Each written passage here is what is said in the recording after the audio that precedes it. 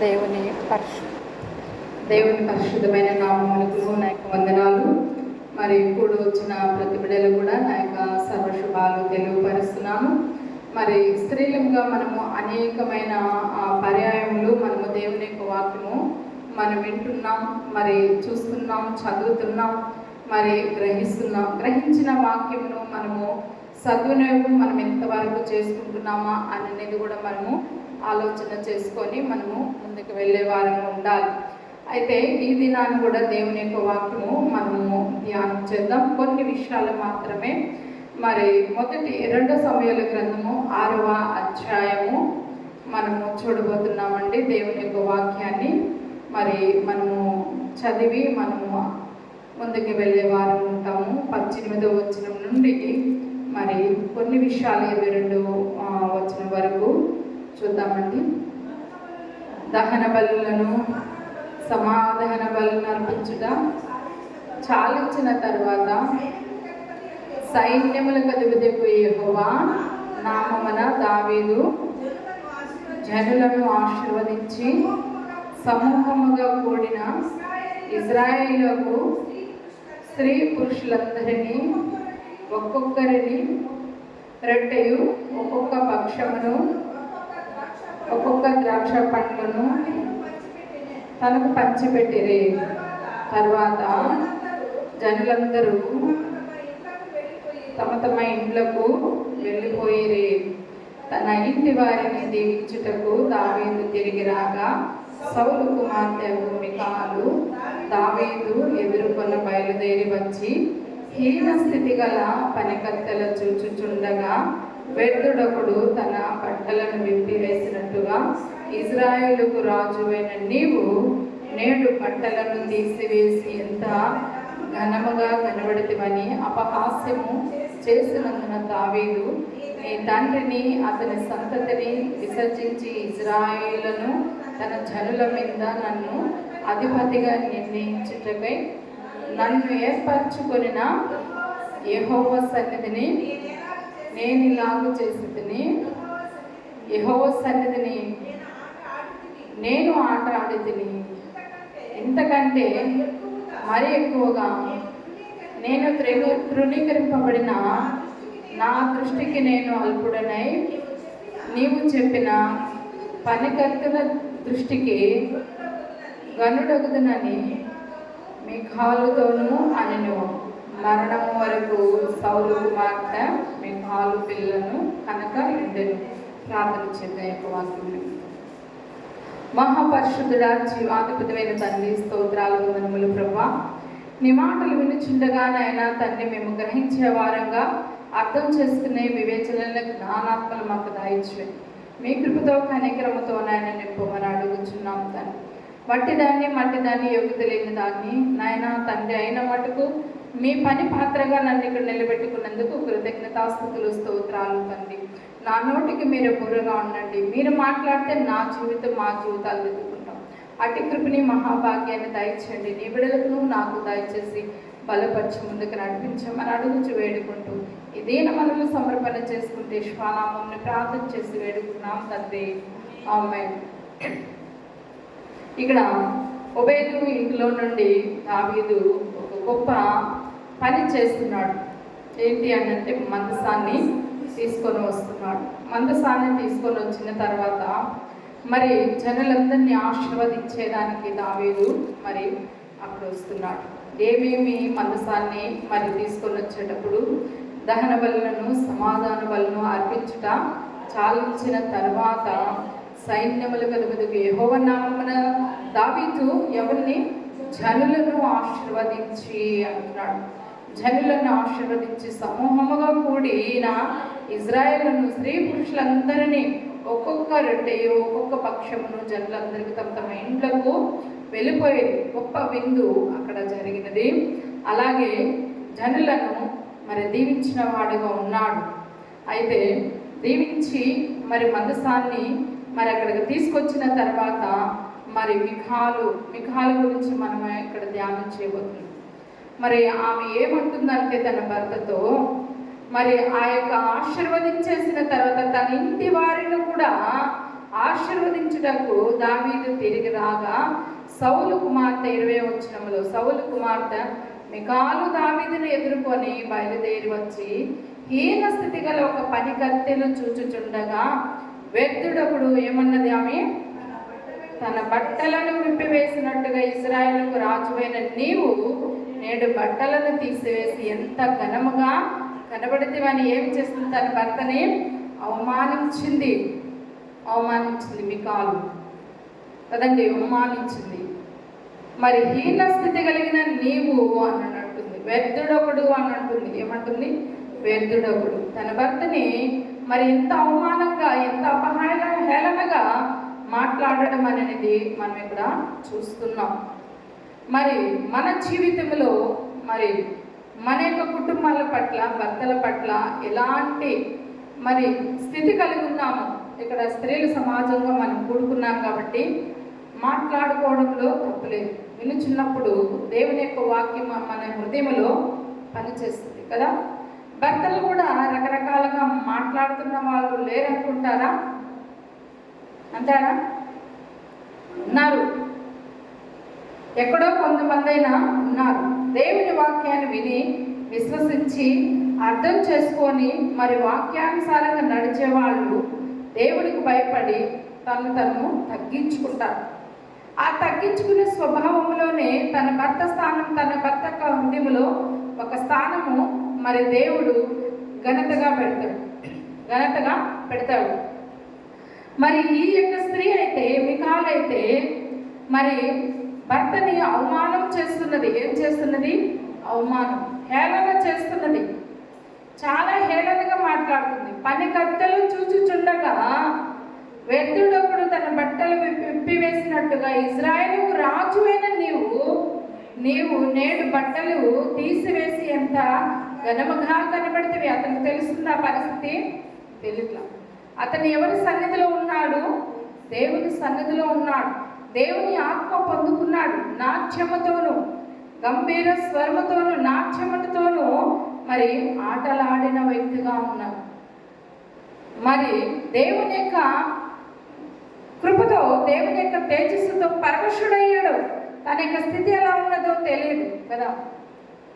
మరి అవహేళనగా మాట్లాడు. మన జీవితంలో కూడాను అవహేళన అనేది మనలో ఉండకూడదు కదా. మనలో ఉండకూడదు. భర్తలు ఎలా పడితే అలా మనం మాట్లాడకూడదు. ఆమె పొందుకున్న తగిన పనిష్మెంట్ మనకు అక్కడ కనబడుతుంది.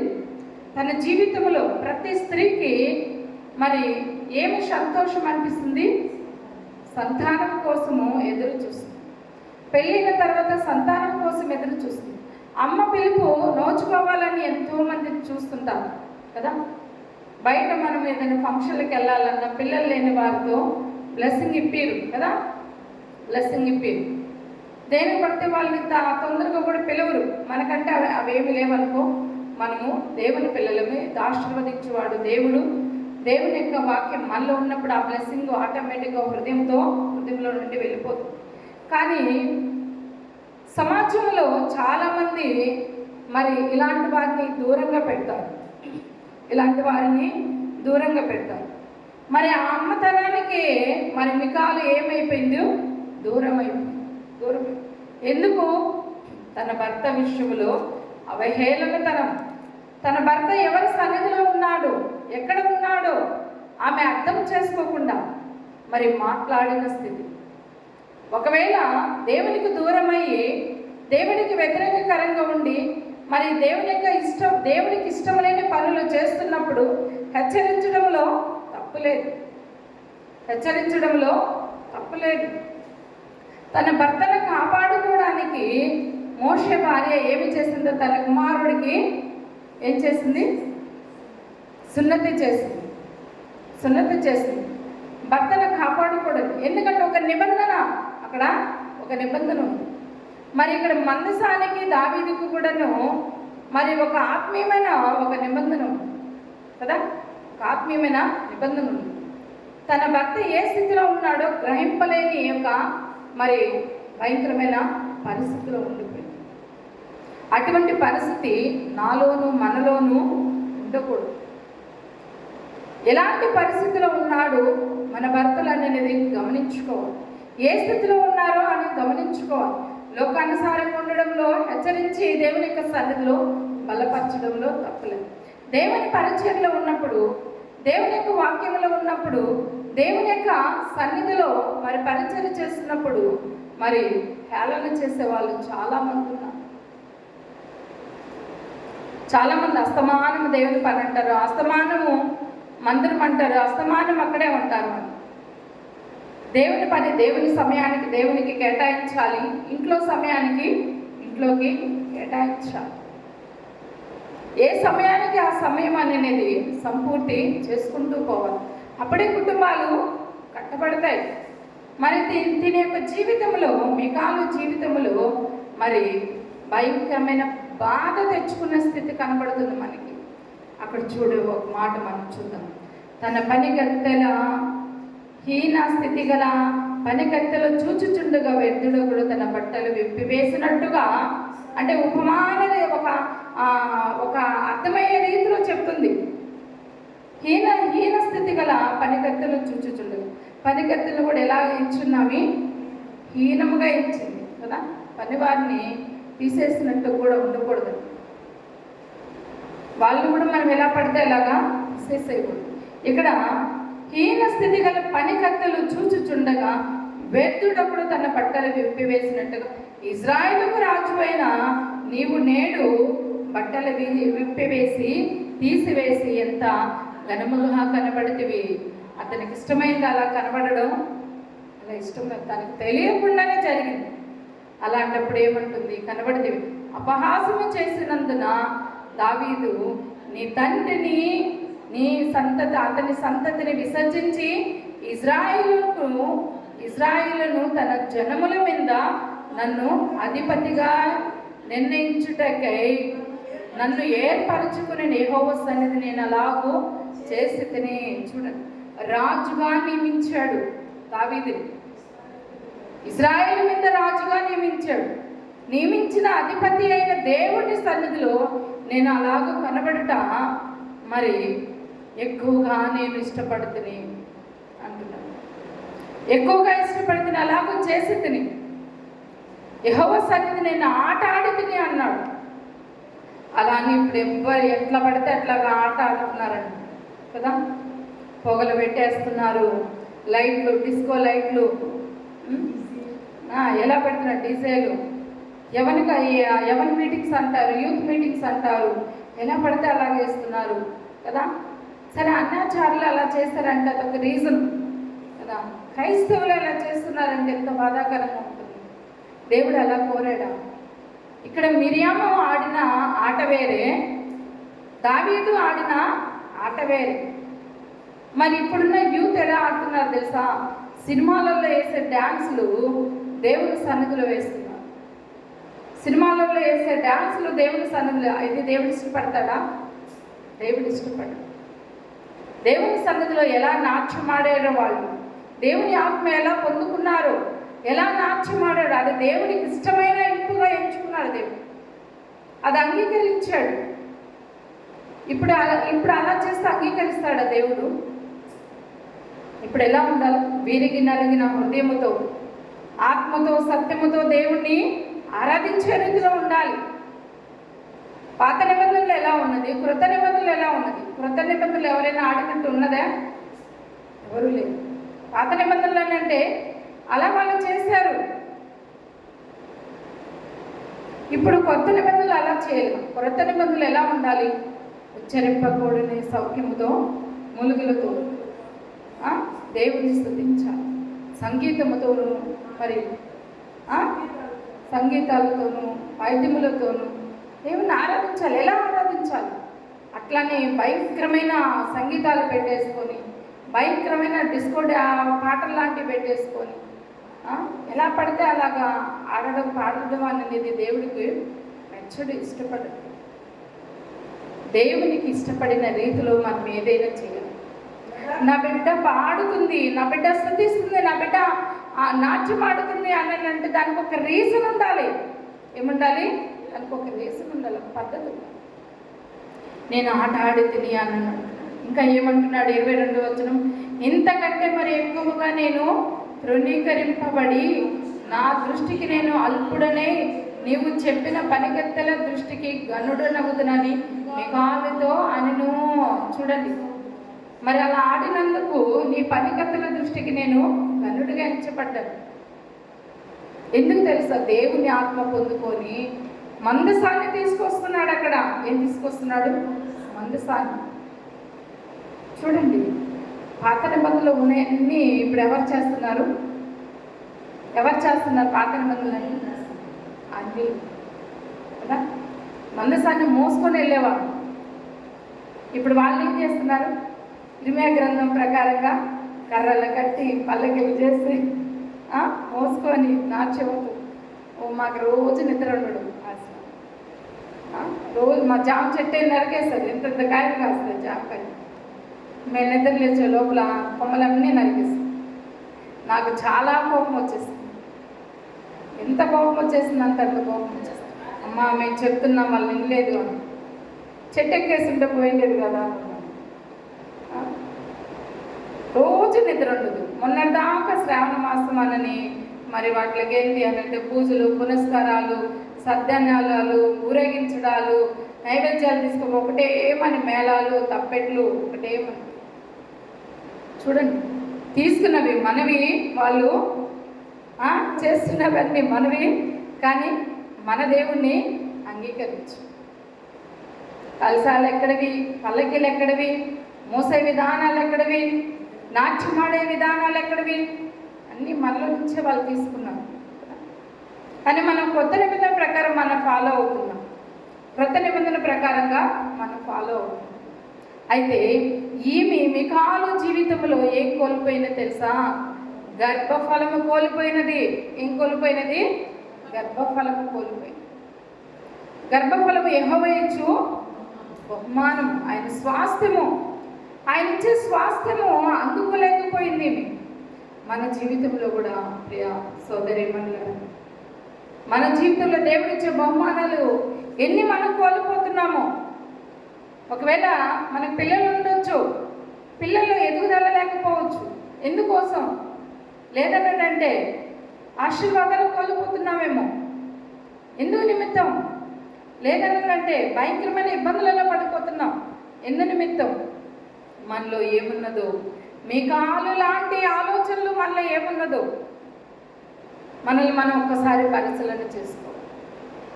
మికాలు స్వభావం కలిగిన స్థితి మనలో ఉన్నదేమో ఒకసారి ఆలోచన చేద్దాం. ఒకవేళ మనకి మనం సెల్ఫ్గా మనము ఆలోచన చేస్తే కదండి, ఆలోచన చేస్తే దేవుడు మీతోనే మాట్లాడతాడు. దేవుడు మీతోనే బయలుపరుస్తాడు. ఇదిగో ప్రియ నా బిడ్డ, ఈ విషయంలో సరి చేసుకో. మికాలు తన భర్తని వ్యర్థుడనింది, తన యొక్క పనికత్తులని హీనపరిచింది. మరి హీన స్థితి గల పనికత్తులనని మరి మాట్లాడింది, వ్యర్థుడొకడని మాట్లాడింది. మరి వాళ్ళు ఎదుట నువ్వు గనుడుగా కనపడ్డావా అని మాట్లాడింది. నిజమే, గనుడుగానే కనపడ్డాడు. అది ఆత్మీయంగా మనం తీసుకోవాలి. అవ్వ ఆదాముకి ఎలాంటి పాపము చేయనప్పుడు ఎలాంటి స్థితిలో ఉన్నారు? మహిమా స్థితిలో ఉన్నారు. వాడు మహిమా స్థితిలో ఉన్నారు. దేవుని మనసాన్ని మోసుకొచ్చేటప్పుడు కూడాను వాళ్ళు దేవుని యొక్క ఆత్మ, దేవుని యొక్క తేజస్సుతో వాళ్ళు నింపబడిన స్థితిలో ఉన్నారు. నాట్యం ఆడడం అనంటే వాళ్ళ యొక్క స్థితి వాళ్ళకి తెలియదు. వాళ్ళ స్థితి వాళ్ళకి తెలియదు. అలానే బయట వేసే వాళ్ళది కాదండి. వాళ్ళు మందు దాగి ఇంకా అనేక రకరకాలతో వాళ్ళు వేసుకుంటారు. ఆ మత్తు వేరే, ఆ యొక్క విధానం వేరే. కానీ దేవుని ఆత్మ అలాంటిది కాదు. దేవుని ఆత్మ చాలా శక్తివంతమైన ఆత్మ. ఆ ఆత్మ పొందుకున్నప్పుడు, ఆ స్పిరిట్ మనలో వచ్చినప్పుడే మన యొక్క ఆ జీవితమే ఒక ప్రత్యేకంగా ఉంటుంది. అంతే, ఒక ప్రత్యేకంగా ఉంటుంది. మరి దిన జీవితంలో కోల్పోయినదండి. మన జీవితంలో ఎన్ని కోల్పోతున్నామో, ఎన్ని మనం మాట్లాడి కోల్పోతున్నామో, ఎన్ని మనం ఆలోచన చేసి కోల్పోతున్నామో, ఎన్ని మనం దూషణతో మనం ఉండి మనం కోల్పోతున్నామో. నిన్ను వల్లే నీ పొరుగు వారిని ఏం చేయమన్నాడు? దేవుడు ప్రేమించమన్నాడు. భర్తను ప్రేమించాలి, భార్యని ప్రేమించాలి, బిడ్డల్ని ప్రేమించాలి, మన పొరుగు వారిని ప్రేమించాలి. నిన్ను వలే నిన్ను నువ్వు ఎట్లా ప్రేమించుకుంటావో నీ పొరుగు వారు, నీ ఎదుట ఉన్నవారు. మొదటి ప్రేమ దేవుడిది కదండి. అలా దేవుడిని నువ్వు ఎలా ప్రేమిస్తావు, నీ హృదయాన్ని నువ్వెలా ప్రేమిస్తావో, నువ్వెంత ఆరోగ్యంగా ఉండాలని ఇష్టపడతావో, నువ్వెంత సౌందర్యంగా ఉండాలని ఇష్టపడతావో, నీకెంత ఏదైతే కావాలని నువ్వు ఇష్టపడతావో, ఆశపడతావో, మరి దేవుని యొక్క వాక్యానుసారంగా ఎదుటి వారి పట్ల మేలు చేసే రీతిలో మనము అలా మన ప్రేమ కలిగిన వారు ఉండాలి. నువ్వు మేలు చేయకపోయినా పర్వాలేదు, కానీ కీడు మాత్రం చేయొద్దు. మరి నిజేం చేసింది? ఆమె తన భర్తకు సపోర్ట్ ఇవ్వలేదు, తన భర్తతో ఏకీభవించలేదు. దేవుని దహన బలుల విషయంలో కావచ్చు, అక్కడ దహన బలులు వాళ్ళు అర్పించిన, యాజకులు అర్పించిన, మరి ఏకీభవిస్తుంది అక్కడ. ఇప్పుడు దహన బలులు ఆయన కోరట్ల కదండి, బలులు ఆయన కోరట్ల. విరిగిన మనసుతో దేవుని సన్నిధిలో ప్రార్థించడం, భార్యాభర్తలు కలిసి ప్రార్థించడం ఆమె చేసినదా? చేయలా. వృద్ధాప్యంలో అబ్రహాముకి, సారాకి దేవుడు బహుమానం, స్వాస్థాన్ని ఇచ్చాడు, వాగ్దానము కలిగిన బిడనిచ్చాడు.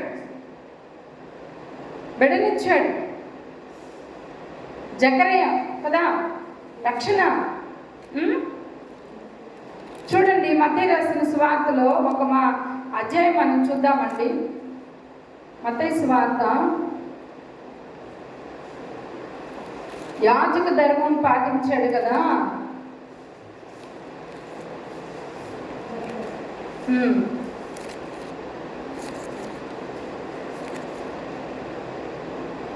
లూకా సువార్త కనబడుతుంది కదా.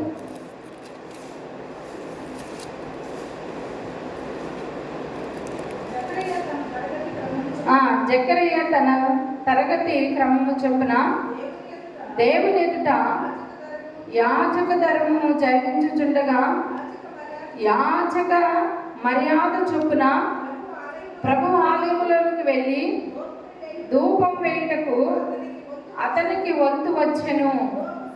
ధూప సమయమందు ప్రజల సమూహమంతయు వెలుపల ప్రార్థన చేయుచుండగా, ప్రభువు దూత ధూపవేదిక కుడివైపున నిలిచి అతనికి కనబడగా, జకరయ్య అతన్ని చూచి తొందరపడి భయపడిన వాడాయను. అప్పుడు ఆ దూత అతనితో, జకరయ్య భయపడకుము, నీ ప్రార్థన వినబడినది, నీ భార్య అయిన ఎలిజబెత్ నీకు కుమారును కనెను, అతనికి యోహానని పేరు పెట్టెను. చూడండి, అతడు ప్రభువు దృష్టికి గొప్పవాడై ద్రాక్షారసమైనను మద్యమైనను త్రాగక తన తల్లి గర్భమున పుట్టినది మొదలుకొని పరిశుద్ధాత్మతో నిండుకొనిన వాడే ఇజ్రాయేలులో అనేకులను ప్రభు వైపున దేవుని వైపు త్రిప్పెను. చూడండి, దేవుని వైపు త్రిప్పెను.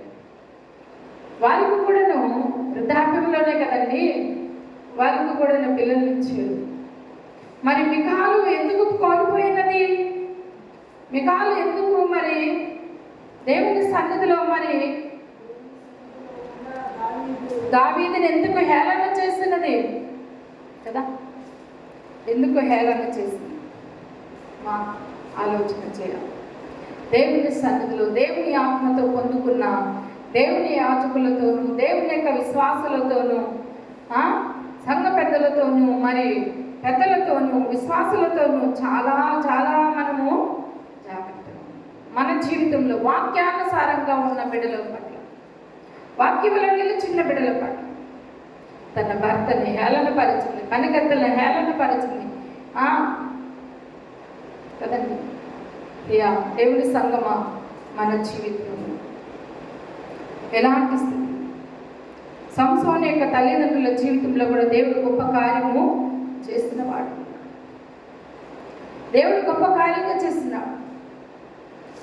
సమయాలు ప్రవక్త తన తల్లి హన్నా జీవితంలో కూడా దేవుడు కార్యం చేస్తున్నాడు. ఆమె కూడా బహుకాలము ఒడ్రాలుగా ఉన్నది, పిల్లలు లేని వ్యక్తిగా ఉన్నది. ఆమె ఎవరి సన్నిధిలో మొరపెట్టుకుంది? దేవుని సన్నిధిలో బహువినయముతో, దుఃఖముతో, అంగలార్పుతో దేవుని గోచారినది. మికాలు జారలేకపోయింది. అందుకే ఆమె మరణించేంత వరకు ఆమెకి గర్భఫలమే లేదు. మరణించేంత వరకు. మరణం ఎప్పుడు వస్తుంది? ఆ కాలంలో వృద్ధాప్యంలో వచ్చిన వాళ్ళు. అలాంటి వచ్చి ఆ మధ్యలోనే చనిపోయాడు కదా అనుకోవచ్చు. మరణం వృద్ధాప్యంలో ఉన్నప్పుడే కాలం. కొన్ని వందల సంవత్సరాలు బ్రతికిన వారు ఉన్నారు. అప్పటి వరకు కూడా పిల్లలు వృద్ధాప్యంలోనే కదా.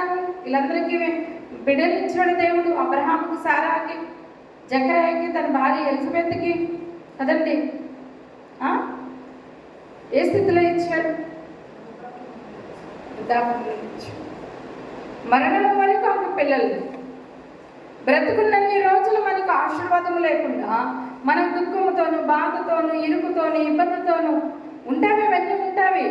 కానీ మధ్యలో మనం దేవుడు మనల్ని పైకి తీసుకొచ్చే పరిస్థితులకి దేవుడికి మనం ఇస్తున్నామా లేదా ప్రాధాన్యత? అయ్యా, ఇంతవరకు ప్రభువా నేను నీకు దూరం అయ్యాను, ఇంతవరకు అనేకుల పట్ల నేను దూషణ కలిగి ఉన్నాను ప్రభు, అనేకులు నేను ఇబ్బంది పెట్టాను ప్రభు, నా ఇంటి వారిని ఇబ్బంది పెట్టాను. అందుకే కదా అంటాడు యెహోషువ, నేనును నా ఇంటి వారును అంటాడు. నేనును నా ఇంటి వారును అంటాడు.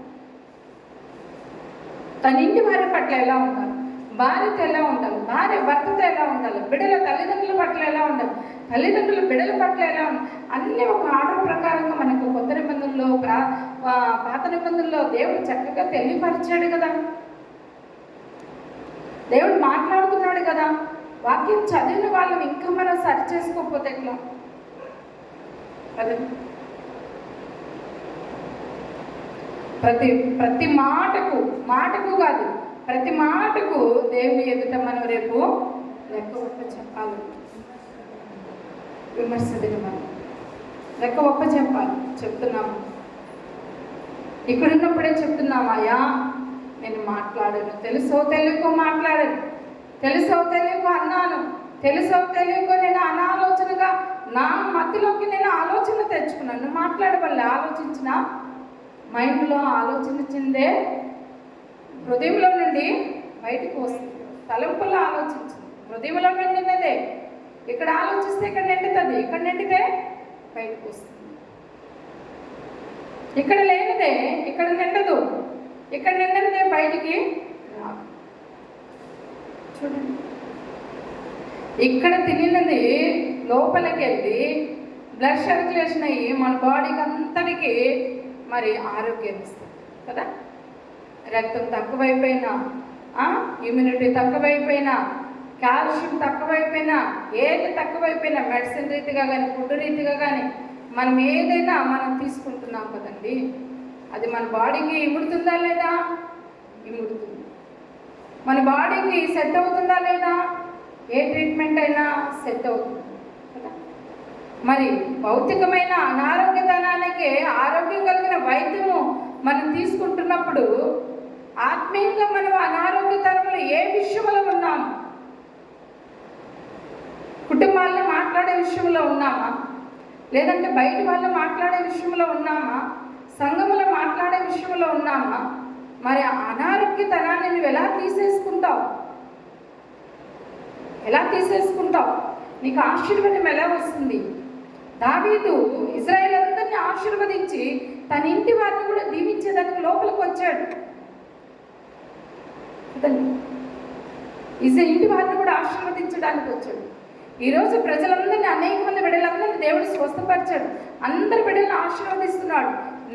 నా బిడ్డను కూడా నేను ఆశీర్వదించాలి కదండి. జక్కయ్య ఇంటికి యేసు ప్రభు ఎలా వచ్చాడు కదా. జక్కయ్య త్వరగా దిగుము, నేను నీ ఇంట ఈరోజు నేను నివాసం ఉంటాను, నేను నీ ఇంట ఉంటాను అన్నాడు. రక్షణ వచ్చిన్నది అన్నాడు. నేడు అనే విషయంలో చాలా గొప్ప ఆశీర్వాదం ఉందండి. ఈనాటికి ఆనాటికి చాలును, ఈనాటికి మేలు ఆనాటికి చాలు. ఆలోచన చేయండి. ఈరోజు నేను తలంచిన తలంపుల్లో ప్రభువా నీకు వ్యతిరేకకరంగా ఉంటే, ఏదైనా మాట్లాడుంటే దయతో ప్రభువా కృపతో క్షమించు. ఇక మీదట అవి రాకుండా ఉండడానికి నా తలంపులకు కాపుదల దయచే ప్రభు. తను ఎందు భయభక్తులు కలిగిన వారి పట్ల ఆయన దేవదూతల్ని ఏం చేస్తానన్నాడు? కావిలుగా ఉంచుతానన్నాడే. నీ హృదయానికి కావిలుగా ఉంచుతున్నాడు, నీ తలంపులకి కావిలుగా ఉంచుతున్నాడు, నీ నోటికి కావిలుగా ఉంచుతున్నాడు. ఆయన దూరం పెడతావే నువ్వు? ఆయన ఇచ్చే ఆశీర్వాదానికి దూరం పెడతాడే? ఎందుకు కావిలుగా ఉంచుతున్నాడు దేవుడు మనకి? కదా, నిన్ను ఆశీర్వదించడానికి కదా, నిన్ను దీవించడానికి కదా, ఆయన రాజ్యంలో నిన్ను ఉంచేదానికి కదా. ఇవన్నీ ఆయన కాపుదల లేకపోతే, ఆయన దేవదూతలు పెట్టకపోతే నువ్వు రేపు ఎక్కడుంటావు? ఏడుంటావు? నరకంలో ఉంటావు. రానియండి, మాటను రానియండి, నరకంలో ఉంటాం మనం. అది ఉండకూడదని ప్రతి విషయంలో మనకి దేవుడు కాపుదల పెడుతున్నాడు. ఆ సత్యాన్ని మనం మర్చిపోతున్నాం, ఆ సత్యాన్ని మనం పక్కన పెడుతున్నాం. ఈరోజు లోకం ఎలా అయిపోతుంది తెలుసా? డబ్బుతో నిండిపోతుంది. దేంతో? డబ్బుతో. గర్వం. డబ్బు వలన ఏమొస్తుంది? గర్వం వస్తుంది. నేనేంటి, నా స్థితి ఏంటి, నా పరిస్థితి ఏంటి అనే ఒక హోదాలోకి వస్తున్నారు. ఒక్కసారిగా కరోనా వచ్చినట్టుగా ఏదైనా వచ్చిందనుకో, మొత్తం ఎగిరిపోయిందనుకో, అప్పుడు ఏమైపోతాం? మునుపటి స్థితి గుర్తు చేసుకుంటాం. అందుకే మునుపటి స్థితిలో మీరు ఎలా ఉన్నారో గుర్తు చేసుకోండి అన్నాడు దేవుడు ఇజ్రాయెల్ని. ఏమన్నాడు? కోల్పోవద్దు అన్నాడు. ఐగుప్తు దేశంలో మీరు బానిసలుగా ఉన్నారు కదా, ఐగుప్తు దేశంలో మీరు హింసింపబడ్డారు కదా, ఐగుప్తు దేశంలో మీరు కష్టపడ్డారు కదా. మీరు కష్టపడకుండా, మీరు బానిసలుగా ఉండకుండా, మీరు ఇబ్బంది పడకుండా, మీరు ఆ యొక్క చెరలో ఉండి మీరు మొరపెట్టారే, ఆ మొర నా యొద్దకు చేరినది కదా. నేను మిమ్మల్ని విడిపించాను కదా, పాలు తేనె ప్రవహించే దేశాన్ని ఇచ్చాను. ఈ ప్రయాణంలో మీకు పూరేళ్ళు ఇచ్చానే, మన్నానిచ్చానే, జీవజలము కలిగిన మంచి నీరునిచ్చానే, మంచి మీరు ధరించుకున్న వస్త్రాలు మాసిపోలేదే, మీరు తొడుగుకున్న చెప్పులు తెగిపోలేదే, పాతకిల్లలేదే. ఇవన్నీ నేను చేశాను కదా మీ మధ్యన కార్యాలు. మీరు ఆ యొక్క దాసితనం మీరు మర్చిపోకుండా నేను మిమ్మల్ని ఎంత బ్లెస్ చేశానో మీరు అది గుర్తుపెట్టుకోండి.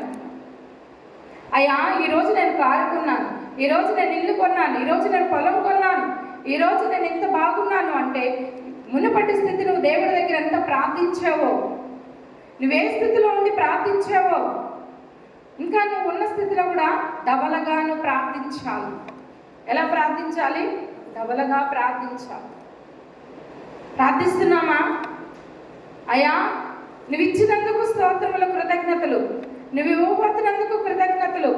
మేము పడిపోకుండా నీ వాక్యంలో నిలుచుండేదానికి సహాయం చేయ ప్రభువా. ఉందా మనకి ఆ తెగింపగలిగిన ప్రార్థన? ఉందా? ఆ స్థితి మనలో ఉన్నదా? ఆలోచన చేయి. ఎక్కడో మూలుండే వాళ్ళని దేవుడు వెలుగులోకి నడిపించాడంటే, ఎక్కడో చీకట్లో ఉండే వాళ్ళని దేవుని యొక్క తేజస్సులో నడిపించాడనంటే మనం ఎంత ధన్యులమండి కదా, ఎంత దీవింపబడిన వారమండి, ఎంత పిలువబడిన వారమండి, ఎంత ఆశీర్వదింపబడిన వారమండి కదా. ఇది కోల్పోతున్నామేమో. ఈరోజు లోకం కోల్పోతుంది. ఈరోజు లోకంలో ఉన్న అదంతా నేత్రాశ, శరీరాశ, జీవపుటం.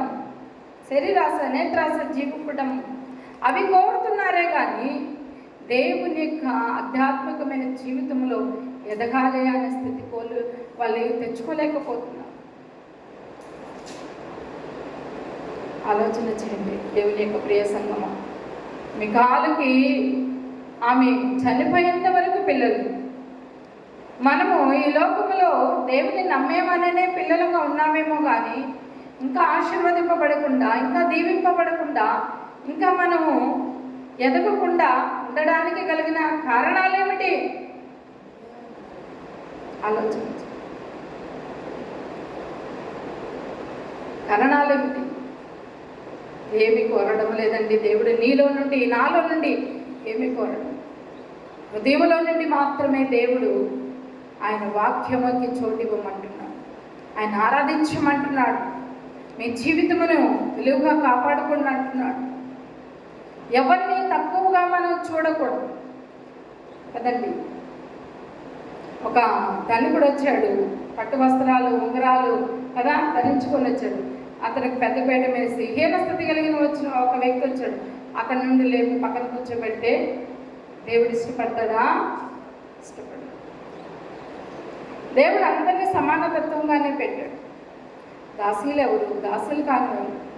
ఒకప్పుడు ఉండుండొచ్చు, పనివారు ఉండుండొచ్చు, దాసీలు ఉండొచ్చు, కాదని చెప్పట్ల. కానీ కొత్త నిబంధన కాడికి వచ్చినప్పుడు అందరూ సర్వము ఒకటే.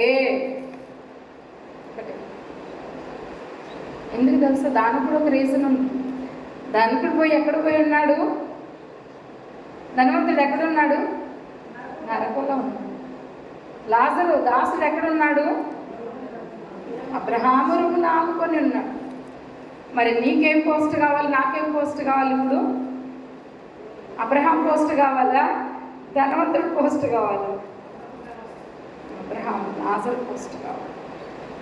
అది మనకు కావాల్సింది. దైవ జనాంగమా, ఆలోచిద్దాం. మీకాలు లాంటి స్వభావాన్ని తీసివేసి మనము క్రీస్తు స్వభావాన్ని ధరించుకొని, ఇదిగో మనం ఏమి కోల్పోతున్నామో, ఏ ఆశీర్వాదములు దైవజనుడు నోట్లో నుండి దేవుని యొక్క ఆత్మ ద్వారా దైవజనుడు రిలీజ్ చేయబోతున్నాడు. దేవుని యొక్క వాక్యము ఏదైతే రిలీజ్ చేస్తున్నాడో, ఆయన మాట్లాడినది మీరు కాదు, పరిశుద్ధాత్మ దేవుడు. ఏదైతే వాక్యం ఆయన చెబుతున్నాడో ఆ వాక్యానికి మన విధేయులు జీవించినప్పుడు మనం ఆశీర్వదింపబడిన అబ్రహాము సారావాలి కదా. అబ్రహాము సారా ఏమిచ్చింది తెలుసా? ముగ్గురికి ఇచ్చింది ఆతిథ్యం కదా. తండ్రి, కుమార, పరిశుద్ధాత్మ, ముగ్గురికి ఇచ్చింది ఆతిథ్యం. సంతృప్తిగా చేసింది. వృద్ధాప్యంలో ఉన్నది. మళ్ళీ ఆమె ఎలా ఉన్నది? వృద్ధాప్యంలో ఉన్నది. పడుచు స్త్రీ కూడా కాదు, మధ్య వయస్సు స్త్రీ కూడా కాదు, వృద్ధాప్యంలో ఉన్నది. ఆమె యొక్క ప్రవీణ దూడను కోసింది, 3 మానికల పిండిని పిసికింది, రుద్దింది, కాల్చింది, మాంసం వండింది, పెట్టింది. చేస్తామా ఈ రోజుల్లో? ఒకప్పుడు దంచి మన పెద్దలు, సరే వాళ్ళ స్థితి అప్పటి కాలం కదా, చదువుతున్నాం, మనం గ్రహిస్తున్నాం. మన కళ్ళ ముందు మన తల్లిదండ్రులు దంచేవాళ్ళు, ఒడ్లు అవన్నీ వాళ్ళు జల్లించుకునే వాళ్ళు, ఉండేవాళ్ళు, పనికెళ్ళి వచ్చేవాళ్ళు. ఈరోజు ఆర్డర్లు ఇస్తాం మనం కదా, అమెజాన్లోను, ఇంకా జొమాటోలోను, స్విగ్గీలోను, ఇంకా రకరకాల వాటిలలో మనం ఆర్డర్లు ఇచ్చి తెప్పించుకుంటాం. అందుకే నాకు చేయి నొప్పులు, అందుకే నాకు కాళ్ళ నొప్పులు, అందుకే నాకు ఒళ్ళు నొప్పులు ఎందుకు వస్తాయి చెప్పండి? కండరాలన్నీ ఎక్కడెక్కడ బిగుచుకొని పోతాయి. ఒక పని చేయాలంటే అవి రిలీజ్ అయ్యేదానికి చాలా టైం పడుతుంది. అందుకే ఏం చేయాలని అంటే మన యొక్క ఒళ్ళు కూడాను పని చేయాలి. అప్పుడు యాక్టివిటీ బాడీ. మన తిన్నదంతా పని చేయకుండా మనం ఆర్డర్ అక్కడిచ్చి ఇక్కడిచ్చి తెప్పించుకొని మనం తింటూ ఉంటాం కదండి. వాళ్ళు ఎలా పడితే అలా వండుతుంటారు కదా. అవన్నీ పోయి మన హృదయంలోను, మన యొక్క బ్రెయిన్లోను బ్లడ్ క్లాట్ అయిపోయింది, ఫ్యాట్ ఎక్కువైపోయింది కదా. బ్లడ్ క్లాట్ అయిపోయింది, ఫ్లాట్ ఎక్కువైపోయింది, ఫ్యాటు. దానివల్ల స్ట్రోక్ వచ్చింది, బ్రెయిన్లో స్ట్రోక్ వచ్చింది, హార్ట్ అటాక్ వచ్చింది, స్టెంట్లు, బైపాస్ సర్జరీలు కదా. ఫ్యాట్ కరిగించుకోవడానికి మరి ఇంకా రకరకాల డైట్లు, ఇంకా వాటికి తగ్గ ట్రీట్మెంట్లు ఉన్నాయి కదా. ట్రీట్మెంట్లు ఉన్నాయి. ఇవన్నీ అవసరమండి మనకి కదా. ఒక 500 పెట్టి నువ్వు ఖర్చు పెట్టి నువ్వు ఆటించి తెప్పించుకునే దానికి రేపు 500 పక్కన ఇంకొక 0 కూడా పెట్టాలి. ఎంత పెట్టాలి? 1 0 పెట్టాలి. 5,000 అయిపోయింది. నీ భర్త కష్టార్జితము అక్కడ అయిపోయింది. ఆ 500కి మనము ఇంకా చేర్చి పక్కనేసి పెట్టుకుంటే అది నీవు నీ పిల్లలను 500లతో పాటు శుభ్రంగా తెచ్చి నువ్వు వండి పెడితే నీవు నీ పిల్లలను సంతృప్తిగా కూర్చొని తినచ్చు కదా. తినచ్చు. ఆలోచన చేద్దాం ప్రియా. దేవుని యొక్క సంగమం. మేఘాలు స్వభావాన్ని, మేఘాల్లో కూడా దేవుడిని కాపాడుకునే మొదట స్వభావం ఉంది. చివరి స్వభావం మాత్రమే నేను చెప్పాను మీకు. మొదటి స్వభావం ఉంది, కాపాడుకోడు. భర్తను కాపాడుకుంది. తండ్రి ఎక్కడ చంపేస్తాడా, తన యొక్క కుమార్తెనిచ్చి వివాహం చేసేటప్పుడు మరి ఆ భర్తను కాపాడుకోవాలని అక్కడి నుండి పంపించేస్తుంది. సాహసం చేసింది, కానీ చివరి స్థితికి వచ్చేటప్పటికి పిల్లలు లేకుండా గుడ్రాలుగా మిగిలిపోయింది. ఒకవేళ ఉండొచ్చు కదా, నాకు సొంతం మరి బయట ఎలా పడితే అలా ఉన్నారనే దానికి ఒక కొంత ఉండొచ్చు, కానీ ప్రతి మాట దైవ జనాంగంలో ఉన్నప్పుడు అది దేవుని సన్నిధిలో పడిపోతుంది, ఎక్కలో పడిపోతుంది. అందుకే ఇటువంటి స్వభావము ఇట్లా హేళనగా మాట్లాడకూడదు అని దేవుని యొక్క ఆత్మ రాయించాడు. ఇవన్నీ మనకి ఎందుకు రాయించాడంటే దిద్దుబాటు కాలం వస్తుంది, దిద్దుకునేదాన్ని. ఇవన్నీ దిద్దుకున్నప్పుడు మన కుటుంబాలు ఉన్నతంగా ఉంటాయి. బిడ్డలు కూడా మీరు మీ భర్తల పట్ల మంచి మర్యాదతో ప్రేమతో ఉంటే, మా అత్తగారు తన భర్త పట్ల ప్రేమగా ఉంది, మా అమ్మ మా నాన్న పట్ల ప్రేమగా ఉంది, మా నాన్న మా అమ్మ పట్ల ప్రేమగా ఉన్నాడు, బిడ్డలు గమనిస్తారండి. ఎంత మర్యాదపూర్వకంగా మాట్లాడుకున్నారు. మా జీవితంలో కూడా అలాగే ఉండాలి, మా జీవితంలో కూడా అలాగే ఉండాలి అని గమనించుకో. ఒక మాదిరి మనం ప్రతిదానికి కుటుంబంలో ఒక మాదిరి పిల్లలకు చూపాలి. అలాగే సంఘములో కూడా మనం ఒక మాదిరి చూపాలి. క్రొత్తవారు వచ్చారనుకో ఎలా పడితే అలా ఉంటే క్రొత్తవారు మనల్ని చూసేమవుతారు, భయపడిపోయి పారిపోతారు. అవహేళనగా ఉన్నామనుకో, ఎలా పడితే అలా ఉన్నామనుకో, అనుకోని రీతిలో ఒకళ్ళు వచ్చారు సడన్గా, ఒక మంచి విశ్వాసి లేదనంటే ఒక అన్యుడే వచ్చాడు దేవుని నమ్మడానికి. అలాంటప్పుడు ఎలా కనబడాలి? మన జాగ్రత్త. మనల్ని చూస్తే సంఘమా చాలా భయభక్తులు కలిగిన సంఘం దేవుడికి మహిమ తెస్తుంది. సంఘం దేవుడికి విలువ తెస్తుంది. సంఘంలో విశ్వాసం గొప్పది, సంఘంలో ప్రార్థనల యాచనలు గొప్పవి, సంఘంలో వాక్యం సమృద్ధిగా ఉంది, వాక్యానికి లోబడే సంఘం అని బలా మంచి సంఘమా దాసుడు అనిపించుకోవాలి. అలాగే బయట కూడా సాక్ష్యం ఉండాలి. అలా కాకుండా అబ్బా సంఘానికి వెళ్ళామంటే ఇంకంతే అని అనిపించుకున్నాం అనుకో, అప్పుడు ఎలా ఉంటుంది?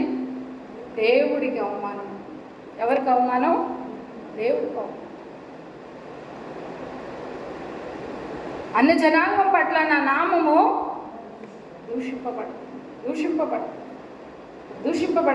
బయట చూడండి, పోయి బయట చూడండి. ఒక బ్రదరు దేవుని యొక్క వాక్యం దేవుడు దీవించుకున్నాడు.